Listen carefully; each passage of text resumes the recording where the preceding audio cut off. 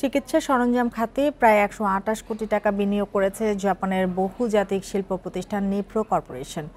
JMI marketing লিমিটেডের সাথে Nipro কর্পোরেশনের অঙ্গ প্রতিষ্ঠান নিপ্রো এশিয়া পিটিই লিমিটেডের গঠন করা নতুন কোম্পানিতে এ বিনিয়োগ করেছে প্রতিষ্ঠানটি।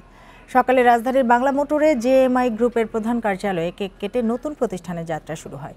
অনুষ্ঠানে জানানো হয়, জেএমআই গ্রুপের বিভিন্ন কারখানায় উৎপাদিত চিকিৎসা যন্ত্রপাতি ও সরঞ্জাম দেশের বাজারে সরবরাহ করবে নতুন প্রতিষ্ঠান নিপ্রো জেএমআই মার্কেটিং। পাশাপাশি আমদানি করা চিকিৎসা যন্ত্রপাতি ও সরঞ্জামের মান নিশ্চিত করে বিদেশে বাজারজাত করবে নতুন এই প্রতিষ্ঠান।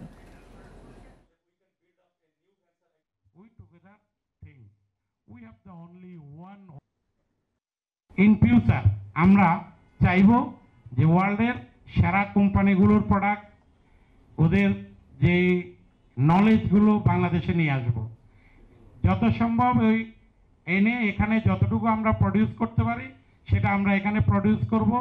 তারা হেল্প করবে কোয়ালিটি ইস্যুগুলা।